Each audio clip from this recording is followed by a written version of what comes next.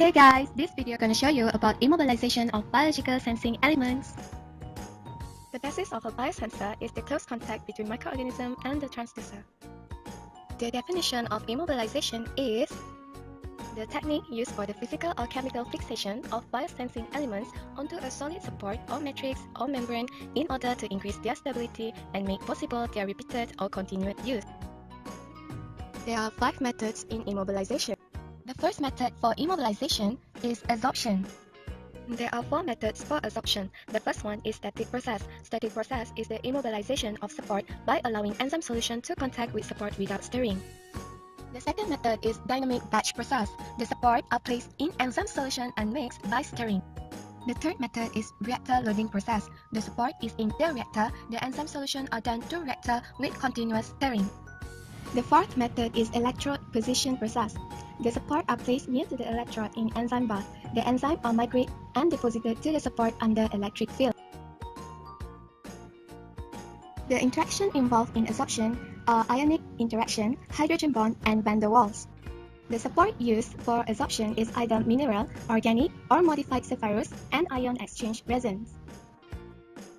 The advantage of adsorption is that it has no reagent required, no cleanup step, and less disruption to the enzyme. As for the disadvantage, the interaction is weak, the biomaterial very susceptible to environmental changes, and lifetime is limited. The second example of immobilization is covalent bond. The first method in covalent bond is deazoation. Deazoation is bonding between amino group of support and pyrosyl or histidine group of enzyme. The second method is peptide bond. Peptide bond is bonding between amino group or carboxyl group of support and of the enzyme. And the final method is polyfunctional reagents, which is using bifunctional or multifunctional reagent which form covalent bond between amino group of support and of the enzyme. The enzyme functional group involved in this method is carboxyl group, amino group, phenol ring, hydroxyl group, and imidazole group. And the example of support used is cyanogen bromide, synthetic agent, protein, inorganic, and carbohydrate. And the advantage of using covalent bond is that it is enzyme or biomaterial will not be released during use and increased stability of biomaterial. And as for the disadvantage, the reaction needs to be performed under mild condition, more expensive and complex immobilization method, and finally, support needs to be activated prior to immobilization. The third method of immobilization is entrapment. The first method is inclusion in gel, which is the enzyme will be trapped inside the gel. The second method is inclusion in fiber, which is the enzyme supported on fiber made of matrix material. The third method in entrapment is inclusion in microcapsule.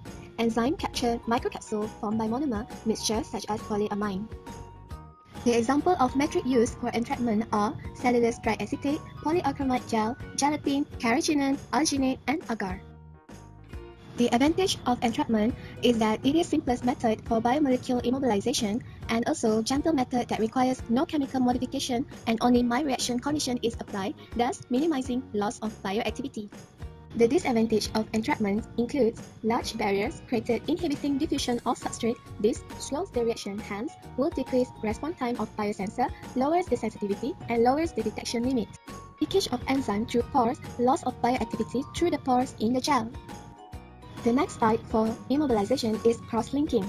Cross-linking is when the enzymes are directly linked by covalent bond between various groups of enzymes via polyfunctional reagent. The advantage of this method are: first, stabilize the adsorption of biomolecules; second, simple and fast method; and third, cross-linking best used in conjunction with one of the other methods such as adsorption and entrapment. As for the disadvantage of this method, it is expensive and insufficient, which it can result in relatively low enzymatic activity. Second, it causes damage to the enzyme. Third, it limits diffusion of the substrate. And finally, there is poor rigidity.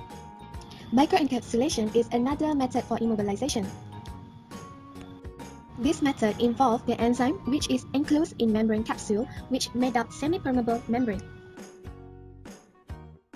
The advantage of microencapsulation: first, the close attachment between biomaterial and transducer; second, it is very adaptable; third, it is very reliable; and finally, option of binding biological component to sensor via molecules that conduct electron.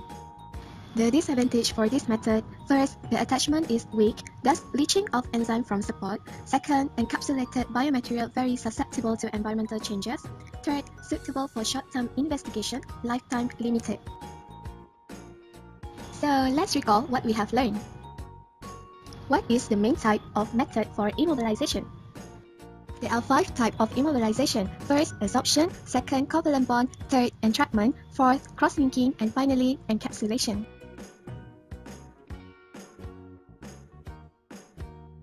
Bye guys! Thank you for watching!